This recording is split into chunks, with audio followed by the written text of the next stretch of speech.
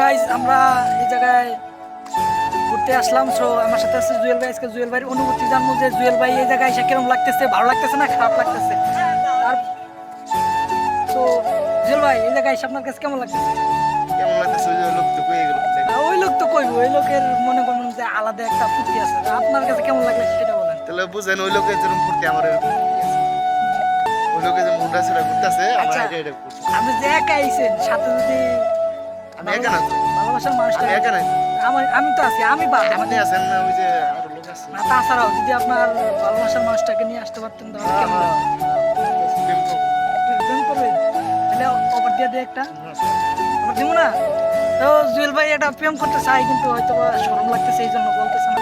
তো এই জায়গায় আইসা খুবই ভালো লাগলো। তাহলে আপনারাও আসতে পারেন, কোনো সমস্যা নেই। তো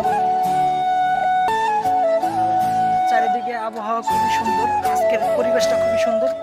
তো ওয়েদারটাও খুবই ভালো। সো কেমন লাগলো অবশ্যই কমেন্টে জানাবেন। আর হ্যাঁ, বেশি বেশি করে শেয়ার করে দেবেন, লাইক কমেন্ট করবেন। ধন্যবাদ।